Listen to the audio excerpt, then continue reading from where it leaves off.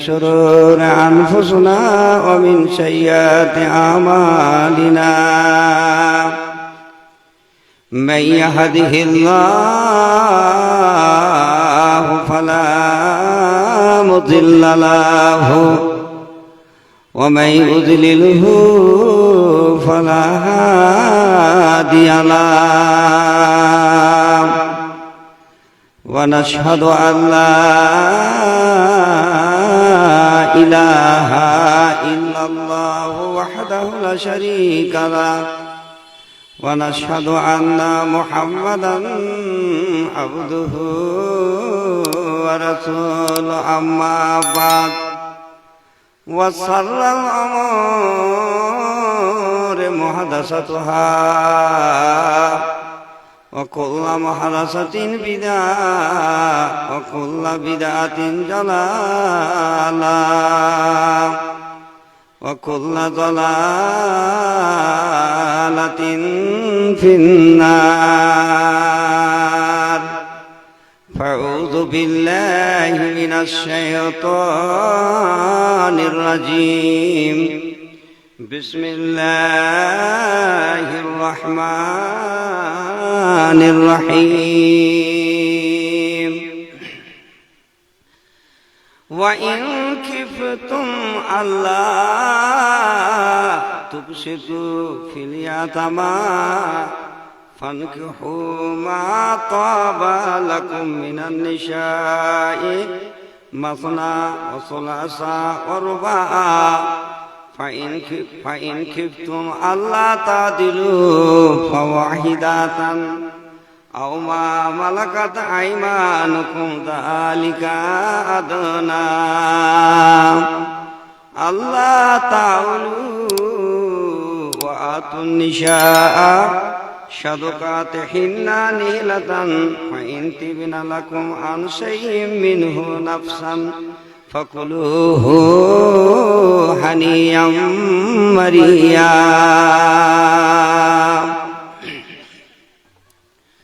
ওরে কাফের মক্কাবাসী ওরে কাফের মক্কাবাসী চিনলি না শেষ নবীকে কেন এলেন কে পাঠালেন তোমাদেরই নবীকে ওরে কাফের মক্কাবাসী চিনলি না শেষ নবীকে কেন এলেন কে পাঠালেন তোমাদেরই নবীকে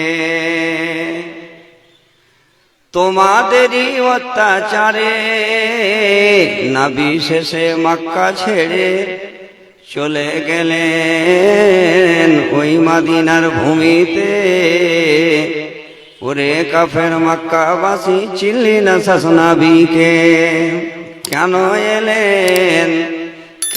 এলেন কে পাঠালেন তোমাদেরই নবীকে নবী যখন সাজদা পানে কাবা ঘরের প্রাণ গুনে নবী যখন সাজদা পানে কাবা ঘরের প্রাণ গুনে উটের ভুড়ি চাপিয়া দিলি উটের নাড়ি চাপিয়া দিলি নবীজিরি গর্দনে ওরে কাফের মক্কাবাসী ওরে কাফের মক্কাবাসী চিনলি না শেষ নবীকে কেন এলেন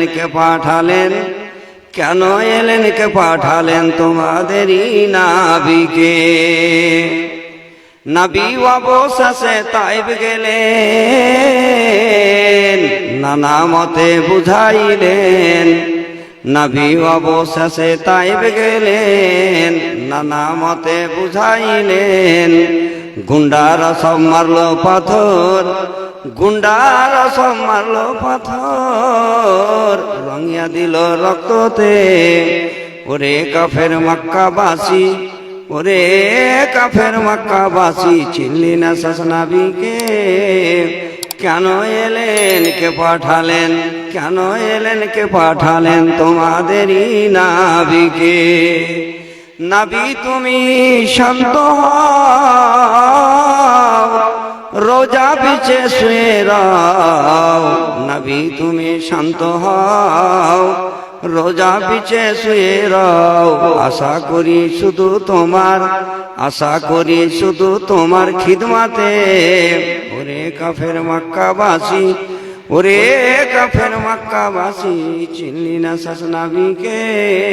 কেন এলেন, কে পাঠালেন, কেন এলেন, কে পাঠালেন তোমাদেরই নবীকে?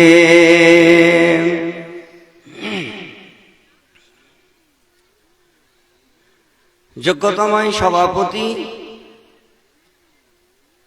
ও আমার মঞ্চে বসে থাকা উলামায়ে সমাজ এবং আমার সামনে প্যান্ডেলের ভেতরে বসে থাকা ইসলাম দরদি ভাইরা ও নানুরা এবং অনতি দূরে বসে থাকা আমার পর্দানিসীন মা ও বোনেরা, সবাইকে আমার আন্তরিক ভালোবাসা দিয়ে আমি সর্বপ্রথম বলি, ওই মহান করুণাময় সৃষ্টিময় স্রষ্টার একবার মুখে বলুন, প্রশংসা করুন, একটা কথা বলেন যে আলহামদুলিল্লাহ।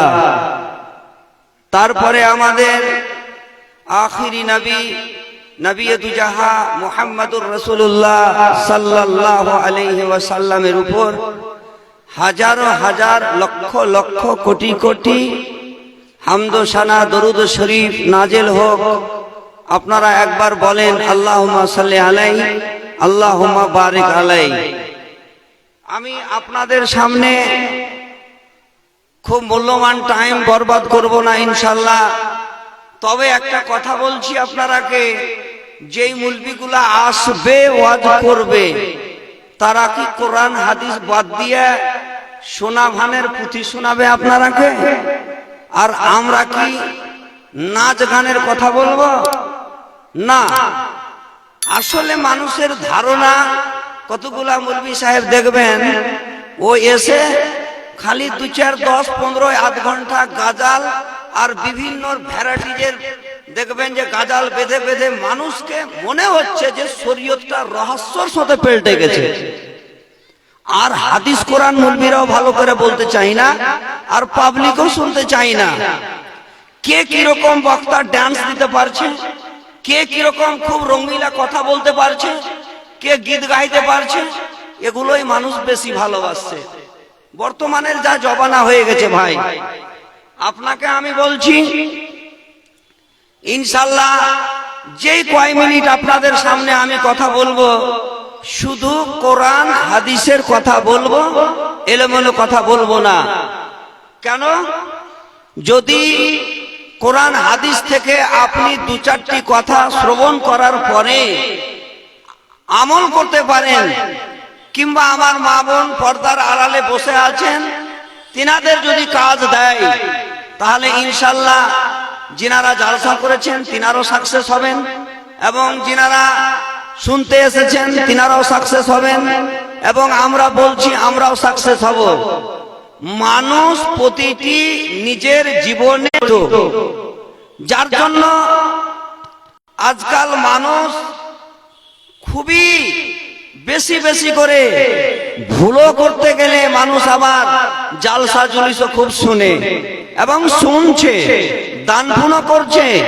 আপনারা দেখলেন আমাদের মাদ্রাসা ফাইজুল উলুমে জালসা হলো, আল্লাহর হুকুমে অনেক অনেক টাকা মানুষ দান পুণ্য, আমাদের গোটা বাইর কাপ, আমাদের এখান থেকে শুরু করে সীমানা থেকে শুরু করে দক্ষিণ পাড়া অবধি গোটা বাইর কাপ পুরো, যেমন অত্র এলাকার মানুষ মাদ্রাসাটাকে হাতে দাঁতে করে নিয়েছে, মাথায় করে নিয়েছে, আর সেইভাবে দান পুণ্য দিয়ে আমাদের ফাইজুল উলুমকে ওই নজরে ওনারা দেখেছেন।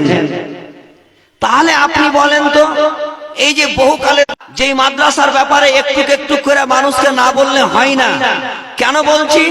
মানুষের ভুল ধ্যান ধারণা, এই কোরআনের ভেতর থেকে মানুষ সায়েন্সকে বাদ দিয়ে দিচ্ছে, এই কোরআনের ভেতর থেকে মানুষ ইতিহাসকে বাদ দিয়ে দিচ্ছে, এই কোরআনের ভিতর থেকে মানুষ ভূগোলকে বাদ দিয়ে দিচ্ছে, এই কোরআনের ভেতর থেকে মানুষ যেগুলো দুনিয়াতে কোরআনকে রিসার্চ করে আজকে সমস্ত বেহুদা ইহুদিরা সর্বক্ষেত্রে সব জায়গাতে বিরাজমান, আর এরা আজকে বিশাল জায়গাতে পৌঁছে গেছে, আর লক্ষ লক্ষ মানুষকে মুসলমানকে ফিলিস্তিনের মাটিতে হত্যা করছে।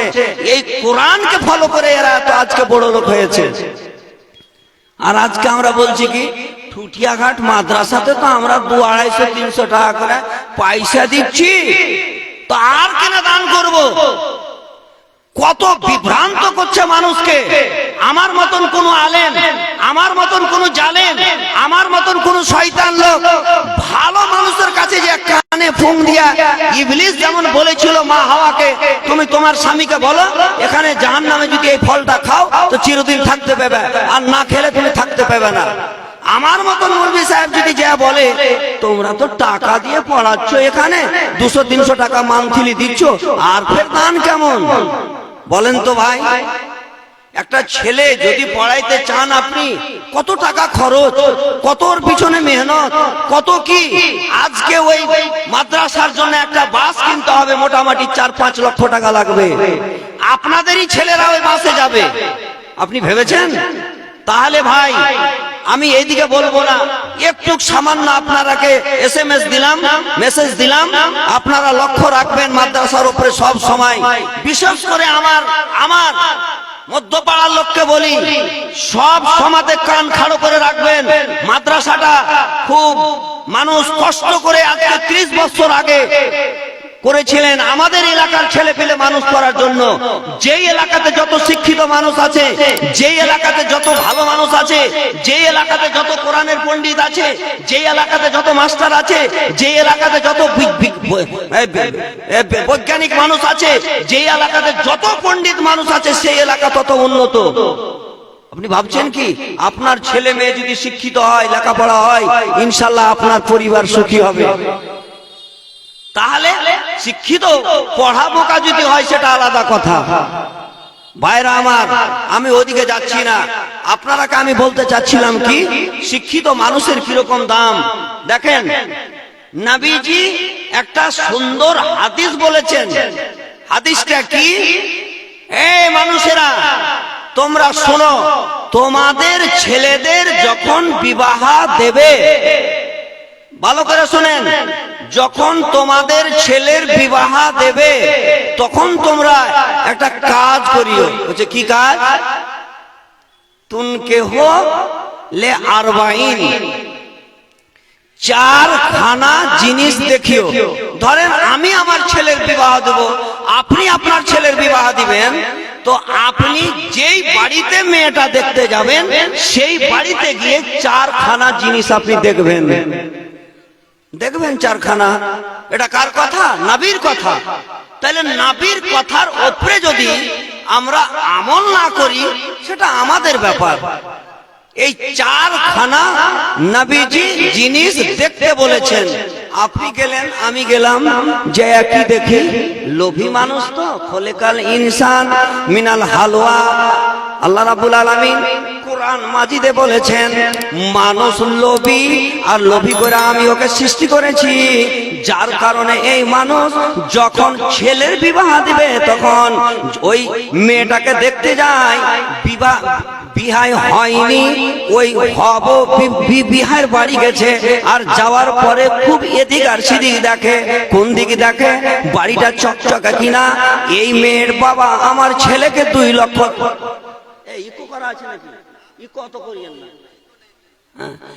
এই মেয়ের বাবা আমার ছেলেকে 2-4 লাখ টাকা দিতে পারবে কি না?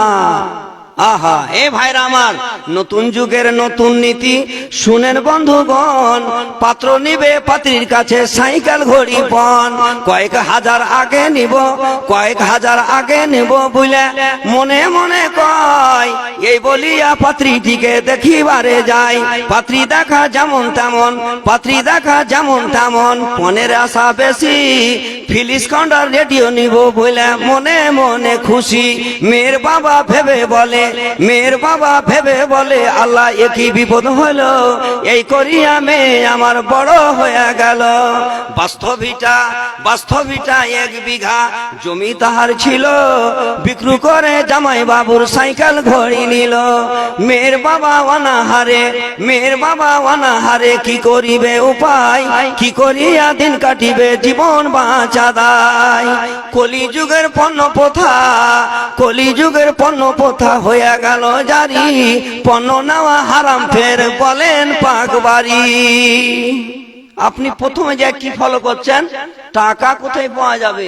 নবীজি বলছেন 4খানা জিনিস দেখা আপনি ওই বাড়িতে ওই মেয়েটাকে বিবাহের পয়গাম দেন।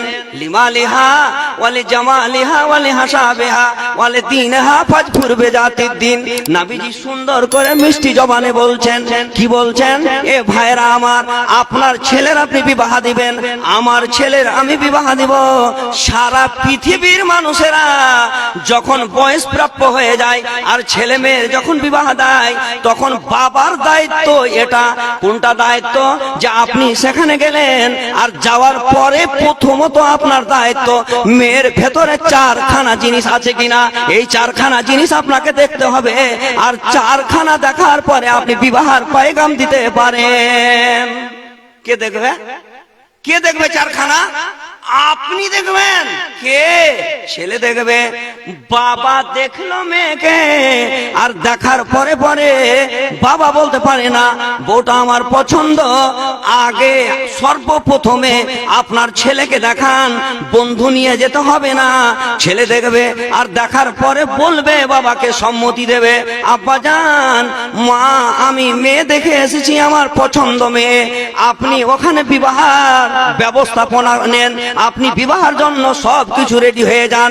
এই কথা যখন ছেলে বাবাকে বলবে, অনুমতি দেবে, বাবা তখন চটচট করে ওই ছেলের কথার উপরে কাজ আগিয়ে বাড়িয়ে দেবে। ভাইরা আমার, নবীজি মিষ্টি জবানে বলছেন, ওই মেয়েকে যখন আপনি দেখতে যাবেন, লিমা লিহা, তার মাল দেখেন, মেয়েটার মাল আছে কিনা, মেয়েটা গরিব নাকি। এমন কতগুলা মেয়ে আছে একবারে ছুচকি চুন্নি ভাষাটা করা হয়ে গেল ভাই। এই ছুচকি চুন্নি মেয়ে যদি বাবা 200 টাকা দেয় কোথাও চলে যাবে, আমাদের রতুয়া ফিরতে যাবে, বালুপুর ফিরতে যাবে, শামসি ফিরতে চলে যাবে, আর যেখানে সেখানে গিয়ে বান্ধবী বানাবে। আর বান্ধবী বানিয়ে যাই তাই আজে বাজে জিনিস নিয়ে বাবার টাকাটি খরচা করে দেবে। ভাইরা আমার, যারা চিন্তাশীল মেয়ে ছেলে, যারা জ্ঞানী মেয়ে ছেলে, প্রথম থেকে নিয়ে বাবা 100, 200, 500 টাকা করে দেয়, আর সে সমস্ত টাকাগুলো জমা রেখে দেয়, খরচ করে না। নবীজি বলছেন পবিত্র জমানে, লিমা লিহা, মেয়েটার মাল দেখো, মাল আছে কিনা, মেয়েটা গরিব না ধনী, বাবা ধনী নাকি। এ ভাইরা আমার, যদি আপনি মাল দেখতে পান, ওই মেয়েটাকে বিবাহের পয়গাম দিয়ে দেন। তারপরে জি নবীজি কি বলছেন, লিমা লিহা ওয়ালা জামালিহা, মেয়েটার সৌন্দর্য দেখেন, মেয়েটার ভিতরে সৌন্দর্য আছে কিনা। আপনি ভালোভাবে নিজের নয়নে, নিজের অন্তর থেকে, নিজের চোখ দিয়ে ভালো করে দেখে নেন, আর দেখার পরে ওই মেয়েটাকে বিবাহের পয়গাম আপনি দিয়ে দেন। এটা আমার পাকিটের কথা নয়, আল্লাহর রাসূল বলছেন যে ওয়ালে জামালিহা, তার সৌন্দর্য দেখেন। তাহলে আপনি বলবেন, মৌলভী সাহেব, আপনি যে সৌন্দর্য দেখতে বলছেন, তাহলে আমার বাড়িতে মেয়েগুলা আছে একটু কালো। হে ভাইরা আমার, আপনাকে এটা কথা জীবনে কালো ভাষাটা বলবেন না। কালো হলে মানুষের জাত যায় না, ধলো মানুষ হলে, খুব চিকন চাকন হলে এটা সুন্দর মানুষ নয়।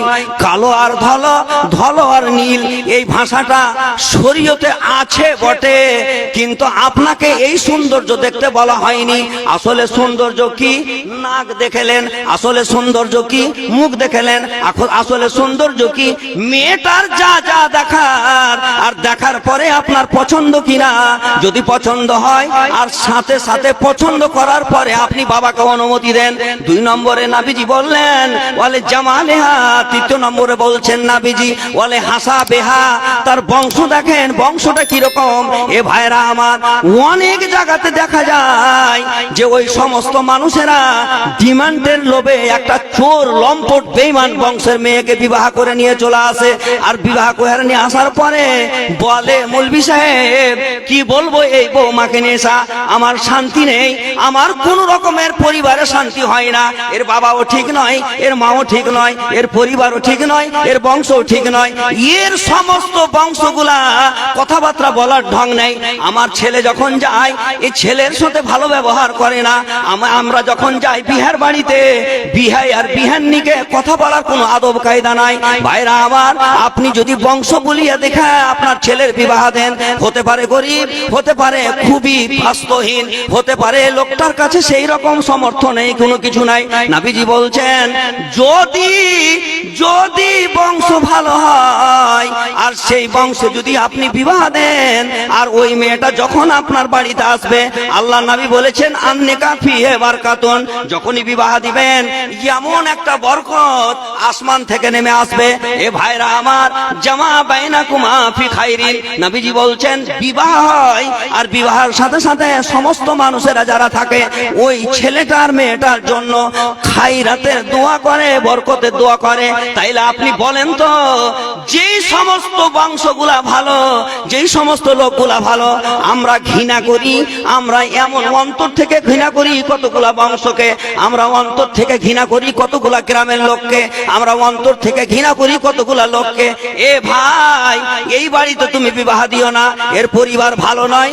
এই ভাই, তুমি এই বংশের মতরে বিয়ে দিও না, এর বংশ ভালো নয়। এই ভাই, তুমি এই গ্রামে বিবাহ দিও না, এরা কেউ ভালো নয়, কেউ ভালো নয়, অতএব এখানে তুমি বিবাহ দিও না।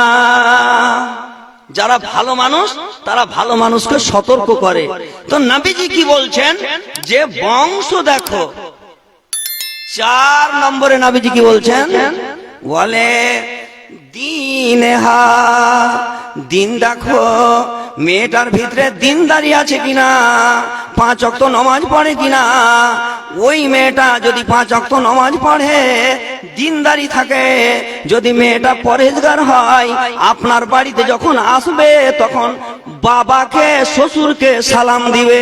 আপনার বাড়িতে যখন আসবে যদি দিনদার মেয়ে হয়, আর শ্বশুর যখন বৃদ্ধ হয়ে যাবে আর শ্বশুরের হাত ধরে ডানা ধরে যেখানে সেখানে নিয়ে যাবে, বাথরুমে নিয়ে যাবে, আব্বা উঠো চলো দেখি, আব্বা তুমি পানি উজুর পানি নিবে নাকি, আব্বা তুমি খেয়েছো কি খাওনি। যদি দিনদার মেয়ে হয়, পরহেজগার মেয়ে হয়, সব সময়তে নিজের স্বামীর তো খবর নিবেই নিবে, স্বামীর সাথে সাথে নিজের শ্বশুরের খবর নিবে, শ্বশুরের সাথে সাথে নিজের শাশুড়ি মহাশয়ের খবর নিবে। নবীজি কি বলছেন, দিনদার দেখেন। তাহলে কয়টা বললাম আমি? 4টা। এবার 4টার ভেতরে একটা কথা নবীজি খুবই খুবই খুবই দামি কথা বলেছেন। কি? ফাজফুর বেজাতি দিন, যেই বেটি ছেলেটার ভেতরে দিন আছে। দিন মানে কি? যেই বেটি ছেলেটা 5 ওয়াক্ত নামাজ পড়ে, যে মেয়েটা রমজান মাসের রোজাকে কবু ছাড়ে না, যে মেয়েটা সব সময়তে শরীয়ত সম্মত কাজ করে। নবীজি বলছেন যেই মেয়েটার ভেতরে 4খানার ভেতরে 3খানাকে আপনি মাইনাস করে দেন, একে মাইনাস করে দেন, আর করে দিয়ে যেই মেয়েটার ভেতরে দিন আছে সেই মেয়েটাকে আপনি বাড়ির বউ বানিয়ে নিয়ে আসেন। সেই মেয়েটাকে আপনি বাড়ির বউ বানিয়ে নিয়ে আসেন। কি ভাবলেন? তাইলে দিনদার মেয়ের উপরে নবীজি প্রাধান্য দিয়েছেন নবীজি দিনদার মেয়ের উপরে। আর আপনি যদি দিনদার মেয়েকে বিবাহ না করেন, বউ না বানান, লাস্টে তখন কি বলছে মৌলভী সাহেব, 3খানা বৌমা আছে কিন্তু বাইর খাপে অমুকের বাড়ির একটা মেয়ে আছে, বাহির কাপের অমুকের বাড়ির একটা মেয়ে আছে, হরমকুলের অমুকের একটা মেয়ে আছে, আর অমুক গ্রামের একটা আছে, 3 গ্রামের 3খানা বৌমা আছে। কিন্তু অমুক গ্রাম থেকে একটা মেয়ে নিয়ে এসেছিলাম, বাড়িটাকে আমার অশান্তি করে দিল। সব সমাতে স্বামীকে তো বুড়া আঙুল দেখাচ্ছে, কাউকে মানে না, ওর স্বামীকেও মানে না। আমি যে ওর শ্বশুর বলে কোনো জিনিস মনে রাখে না, শ্বশুরকে তো মানেই লাগায় না, শাশুড়িকে তো কিছুই মনে করে না, জন কি আর হয়ে চলে, কোনো কিছু ওর ভেতরে শরীয়ত নাই, কোনো শরীয়ত নাই। আমি বলছি শরীয়ত থাকবে কি করে, থাকবে কি করে? আপনি তো পাঁঠা বিক্রি করেছেন, আপনি পাঁঠা বিক্রি করেছেন, তাহলে পাঁঠা যদি বিক্রি করে দেন, পাঁঠির কাছে আপনার ছেলের আর মূল্য থাকলো? আহা, অনেক সময় আমরা বলি, মানুষ বলে শুনতে পাই, বিয়েটা তো খারাপ ভাবে হচ্ছে, তো এক কাজ কর, 2-3 লাখ টাকা দিয়ে দে জামাইকে, বান্ধনে থাকবে, ও টাকাও ফেরত দিতে পারবে না আর তালাকও দিতে পারবে না। ভাইরা আমার, বাস্তব কথা আপনাকে বলছি, নবীজি যে 4খানা, এমন মাইক্রোফোন একটু দূর থেকে টানে না, নবীজি যেই 4খানা কথা বলেছেন, এই 4খানার ভেতরে যেই মেয়েটার ভেতরে দিন আছে, সেই মেয়েটাকে আপনি বিবাহ করেন। এবার আসেন, আপনাকে মুদ্রা কথায় যাচ্ছি। আপনাকে আমি বলেছি কোরআন হাদিস থেকে 2-4টি কথা বলবো, যা 2-4 মিনিট বলি। এবার আসেন, আপনি কোরআনের ভেতরে, মানুষ মনে করছে যে আমি বিবাহ করলাম আর একে ছেড়ে দিলাম, চলে তো চলবে ঠিকঠাক, যদি না চলে তো কি করব, ছেড়ে দেবো। আল্লাহ, কত কত মানুষের চাল বেঢঙ্গা। মানুষের কবার বিয়ে হয়? 1বার 2বার হয় না। মেয়ে জাত অবলা ধন, এরা স্বামীর অনুকূলে থাকবে, স্বামীর বাড়িতে থাকবে, আর স্বামী যা যা বলবে তা তা করবে। এদের কোনো ওখানে মালিকানা খাটবে না, কিছু খাটবে না। তাহলে এমন বেটি ছেলেটা আপনার বাড়িতে যাবে আর আপনি তালাক দিয়ে দিবেন? শুনেন, আল্লাহর রসুলের জবানাতে তখনও এইরকম লোভী মানুষ ছিল। আমরা যেমন লোভে বিবাহ করি, তখনকার মানুষও করত।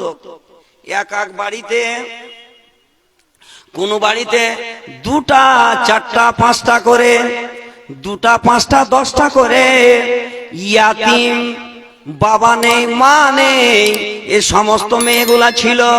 আর সেই জায়গাতে থাকতো, ধরেন আমার বাড়িতে আছে, ধরেন আপনার বাড়িতে আছে 2টা 3টা মেয়ে, ইয়াতিম মেয়েগুলা আছে, আর ওই মেয়েগুলার বাবা নেই মা নেই, কিন্তু বাবা মা মাল ছেড়ে গেছে, অনেক পরিমাণে মাল আছে, টাকা আছে, অর্থ আছে, ধান টাকা আছে, জমি আছে। আর আপনার বাড়িতে থাকলো, আমার বাড়িতে থাকলো, আমি দেখলাম এই ইয়াতিম মেয়েটাকে যদি আমি বিবাহ করে নিই, তাহলে পরে আমার অনেক সম্পত্তি হাত লেগে যাবে, অনেক ধন আমার হাত লেগে যাবে। আর এটা মনে করে আমরা বিবাহ করে নি। আরবের মানুষেরা এই রকমই করত, ইয়াতিম মেয়ে ছেলেগুলাকে বিবাহের পয়গাম দিয়ে দিত আর বিবাহ করে নিত। বিবাহ করার পরে ওদের মালগুলাকে নিয়ে নিত, কিন্তু যা যা পেত গো, স্ত্রী হিসাবে যা পায়, স্ত্রী হিসাবে মোহর পাবে, স্ত্রী হিসাবে নান্নাফকা পাবে, স্ত্রী হিসাবে খরচ বরচ যা পাবে, এরা কিছুই দিত না। এ ভাইরা আমার, আল্লাহ রসুল এই করে করে ওই সমস্ত মানুষেরা 1খানা 2খানা 3খানা 4খানা এভাবে অবৈধভাবে বিবাহ করে নিত। আর করে নিয়ে ওই ইয়াতিমদের মালগুলাকে নিজের পকেটে ঢুকিয়ে নিয়ে ইয়াতিম মেয়েগুলার সাথে ইনসাফ তারা করত না, ইনসাফ করত না। তখন চট করে কোরআন মাজিদ নাযিল হলো। কি নাযিল হলো ভাই? ওয়া ইন খিফতুম আল্লাহ তুকসিতু ফিল ইয়াতামা। এ মানুষেরা, তোমরা শোনো, যেই সমস্ত ইয়াতিম মেয়েগুলাকে তোমরা বিয়ে করছো, যদি তাদের প্রতি তোমরা ইনসাফ না করতে পারো, যদি তাদের সাথে তোমরা ঠিক ব্যবহার না করতে পারো, তাহলে পরে তোমরাকে বলছি, ফানকিহু মা তালাবু লাকুম মিনান নিসায়ে, যাকে চাও, যাকে ইচ্ছা হয় বিবাহ করো। ওই ইয়াতিমগুলাকে বিবাহ করতে হবে না। কেন হবে না রে? এই জন্য হবে না যে ইয়াতিম মেয়ে ছেলেগুলার ওপরে তোমরা ইনসাফ করতে পারো না। মালের বসিবতে পড়ে, মালের লোভে পড়ে, টাকার লোভে পড়ে, ইয়াতিমদের মাল আছে, টাকা আছে, এই লোভ পড়ে তোমরা বিবাহ করে নিচ্ছ, কিন্তু তাদের সাথে তোমরা ইনসাফ করতে পারো না। তারাকে মোহর ঠিকঠাক দাও না, তারাকে খরচ বরচ ঠিকঠাক দাও না। অতএব ওরাকে ছেড়ে দাও। আর ওরাকে ছেড়ে দিয়ে কোথাও যদি মেয়ে ছেলে ভালো পাও, কোথাও কিছু পাও, তারাকে বিবাহ করো। এদের সাথে তোমরা বিবাহ করিও না। কটা করো? আল্লাহ রাব্বুল আলামিন বলছেন মাসনা দো দো দো দো। এই দো দোর মানে কেউ তাফসীর করছে ভাইরা আমার, দো দো মানে চার, দো দো মানে চার। কেউ বলছে চার, আসলে চার নয়, দো দো মানে একের অধিক দুইখানা। আল্লাহ রাব্বুল আলামিন বলছেন কি সুলাসা, তিন তিন, তিন তিন মানে ছয়খানা, কিন্তু আসলে সেটা ঠিক নয় না। আল্লাহ রাব্বুল আলামিন বলছেন দুইয়ের অধিক তিনখানা। আবার আল্লাহ রাব্বুল আলামিন বলছেন ওয়া রুবা, চার চার মানে চার চার করে আটখানা।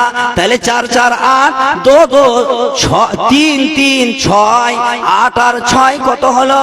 14। আর দো দো মানে চার, চার আর 14 16 খানা। কেউ এরকম যারা কোরআনের অপবাদ তাফসীর করে, তারা বলছে 16 খানা বিবাহ করো। আসলে 16 খানা নয়। আল্লাহ রাব্বুল আলামিন কোরআনে বলছে একের অধিক দুইখানা, দুইয়ের অধিক তিনখানা, তিনের অধিক চারখানা। চারের উপরে বিবাহ করতে পাবা না, চারের উপরে বিবাহ করা যাবে না। আল্লাহ রাব্বুল আলামিন বলছেন একের অধিক দুইটা করতে পারেন, দুইয়ের অধিক তিনখানা করতে পারেন, তিনের অধিক চারখানা বিবাহ করতে পারেন, এর উপরে বিবাহ করা চলবে না। তাহলে চারখানা আপনি বিবাহ করতে পারেন। আপনি বলবেন চারখানা পাবো? ফের শুনেন, আপনাকে কোরআনের কথা বলছি, আপনাকে বলেছি আমি কোরআনের কথা বলবো। আমি যেখানে কথা বলি শুধু কোরআন হাদিসেরই কথা বলবো ইনশাআল্লাহ। আপনাকে বলছি, আপনি বলবেন যে কিছু জানেন কি? ইনশাআল্লাহ জানি, কিন্তু দেশের বেটি পোটাপড়ি তো। আপনি আমার সাথে যাবেন তো বুঝতে পারবেন যে জানি কিনা। আল্লাহর হুকুমে আমার জীবন থেকে নিয়ে আমি কোনোদিন মাদ্রাসাতে চিরদিন পড়ালছি, আর পড়িয়েও যাচ্ছি আল্লাহর হুকুমে। যতদিন 1 বছর 2 বছর পড়াবো, তারপরে অন্য কোনো ব্যবসা করবো, আলাদা কথা। আপনাকে কোরআনের কথা বলছি। ফাইন কিফতুম আল্লাহ তাদিলু ফাওয়াহিদাতান। কেউ শখ করে বাইর কাপে একটা বিবাহ করে নিল, চাপড়াতে একটা করে নিল, 2টা হয়ে গেল। চামাটোলাতে একটা করে নিল, 3টা হয়ে গেল। ফুলবান্ধায় একটা করে নিল, 4টা হয়ে গেল। 4টা আপনি বিবাহ করতে পাবেন না। আপনাকে যদি বলা হয়, আপনি বলবেন নবীজি একের অধিক 2 3 4। একটা হাদিসে আছে 11 খানা নবীজি বিবাহ করেছিলেন, একটা হাদিসে আছে 9 খানা করেছিলেন। তাইলে আপনি কেন 4 খানা বলছেন? কোরআন বলছে 4 খানা আপনি বিবাহ করতে পাবেন। আবার কোরআন বলছেন আল্লাহ ফাইন কিফতুম আল্লাহ তাদিলু ফাওয়াহিদাতান। এ ভাইরা আমার, যদি মনে প্রাণে অন্তরে হৃদয়ে মস্তিষ্কতে আপনার ভয় হয় আল্লাহ রে 3 খানা 4 খানা বিবাহ করে আমি ইনসাফ করতে পারবো না, বাড়ি করে বাড়ি করে একদিন এর কাছে একদিন ওর কাছে, একটা পাকা বাড়ি এই স্ত্রীকে বানিয়ে দিলাম, একটা পাকা বাড়ি এই স্ত্রীকে বানিয়ে দিলাম, এরকম আমার ক্ষমতা নাই। আমার মনে প্রাণে অন্তরে খুব ভয় হচ্ছে।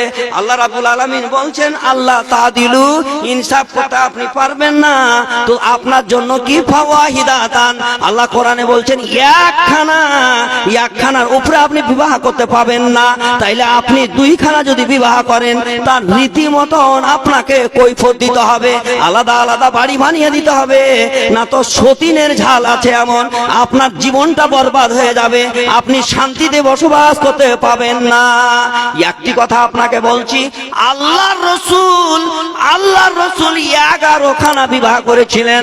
আর 11 খানা বিবাহ করার পরে বাড়ি করে পালি করে করে করে একটা স্ত্রীর কাছে আজকে রাতে থাকলেন একটা বাড়িতে, একটা স্ত্রীর কাছে আজকে রাতে থাকলেন একটা বাড়িতে, আর একদিন থাকলেন আর একটা স্ত্রীর কাছে, এভাবে বাড়ি করেছিলেন। ভাইরা আমার, একদিন আল্লাহর রসুল হযরতে আয়েশার বাড়িতে ঘুমিয়ে আছেন।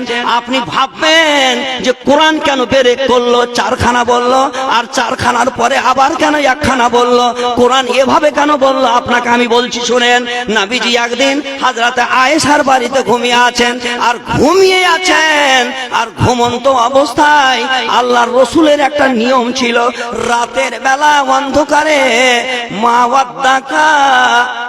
ওয়াদ্দাকা ওয়া মা কালা, রাত্রি যখন অন্ধকার হয়ে যেতেন, আসলে এই আয়াতটার মানে আমি অন্য মানে, তার মানে হলো কি, আল্লাহ বলছে নবী তোমাকে আমি ছেড়েও দিনি আর বেজারও হয়ে যাইনি, কিন্তু ওয়া মা কালা ইয়ার মানে হচ্ছে অন্ধকার রাত। এরকম অন্ধকার রাত হয়ে যেত, আর ওই অন্ধকার রাত্রে আল্লাহর রসুল রাতের বেলায় উঠে যেতেন, আর উঠে গিয়ে তাহাজ্জুদের নামাজ পড়তেন। তাহাজ্জুদের নামাজ কাকে বলে? যেই নামাজটা আমরা রমজান মাসে রাতের বেলা ইশারের সময়তে তারাবির নামাজ পড়ি, তাকে বলে তাহাজ্জুদের নামাজ। যেই নামাজটাকে আমরা কিয়ামুল লাইলের নামাজ বলি, এই নামাজটা নবীজি কন্টিনিউ পড়তেন, সব দিন পড়তেন রাতের বেলা। ওই দিন হযরতে আয়েশার কাছে ছিলেন, আর আয়েশার কাছে থেকে রাতের বেলায় অন্ধকারে মসজিদে গেছেন আর নামাজ পড়ছেন। এই মতো অবস্থায় হযরতে আয়েশা উঠে গেছেন, আর উঠে গিয়ে এইরকম করে খোঁজ করছেন, আমার স্বামী কোথায় গেল, স্বামী কোথায় গেল। এইভাবে খোঁজ করতে করতে করতে করতে হযরতে আয়েশা খোঁজ করতে করতে চলে গেছেন মসজিদে, আর মসজিদে দেখছেন নবীজি নামাজ পড়ছেন, চলে আসলেন। আবার দ্বিতীয় দিন আয়েশার বাড়িতে ছিল, আর ওই দিন আয়েশার কাছেই ছিলেন নবীজি। আর রাতের বেলা মসজিদের খাদেম মারা গেছিল, খুব শর্টে বলছি, মসজিদের খাদেম মারা গেল। নবীজি দিনের বেলা রাতের বেলা মারা গেছিল, সাহাবারা জাগায়নি নবীজিকে, এই জন্য জাগায়নি। নবী ক্লান্ত ছিলেন, দুঃখ পাবেন, এই জন্য জাগায়নি। ওইখানে নবীজি দিনের বেলা জানতে পারলেন আমার মসজিদের খাদেম মারা গেছে। এবারে রাতের বেলা হযরতে আয়েশার বাড়িতে ঘুমিয়েছিলেন, ওইখানে থেকে রাতের অন্ধকারে কবরস্থানে গেলেন, আর কবরস্থানে গিয়ে দোয়া করছেন, আল্লাহুম্মা গফিরলি হাইয়ানা ওয়া মাইয়াতিনা ওয়া শাহীদানা ওয়া গায়িবানা ওয়া সাগীরানা ওয়া কাবীরানা। এই সমস্ত দোয়াগুলা করছেন। হযরতে আয়েশা উঠে গেছেন, আর উঠে গিয়ে খোঁজ করছেন স্বামীকে, আমার স্বামী কোথায় গেল, আমার কাছে ছিল, আমার বাড়িতে ছিল, অন্য কোন সতীনের কাছে চলে গেল নাকি? এ ভাইরা আমার, নবীর স্ত্রীদের এইরকম ধারণা হয়ে গেছিল, আর ধারণা হয়ে গিয়ে বিছান থেকে উঠে গিয়ে খোঁজ করতে করতে করতে এক পা দু করতে করতে কবরস্থানের দিকে চলে গেলেন। হযরতে আয়েশা দেখছেন আল্লাহর রাসূল চলে আসছেন, আর চলে আসছেন তখন আয়েশা একটু ধাসমাস করে জোর করে হেঁটে আসলেন, আর হেঁটে এসে নিজের বিছানায় ঘুমিয়ে গেলেন। আল্লাহর রাসূল এসে দেখছেন বুকে হাত দিয়ে, এ আয়েশা বলো দেখি, গতবার পালিতে তুমি আমাকে খোঁজ করতে করতে মসজিদে চলে গেছিলে, আজকে তুমি খোঁজ করতে করতে আমাকে কবরস্থানের দিকে চলে গেছিলে, ব্যাপারটা কি? তোমার মন কি, তুমি বলো খুলে আমাকে ব্যাপারটা কি? কেন তুমি রাতের বেলা আমাকে খোঁজ করতে করতে গেলে? বলছেন নবী গো, ওয়া মা আরসালনাকা ইল্লা রাহমাতাল লিল আলামিন, আপনার কাছে, আপনি বিশ্বের নবী, আপনার কাছে গায়েবের খবর সম্পূর্ণ জিবরাইল নিয়ে এসে দেয়।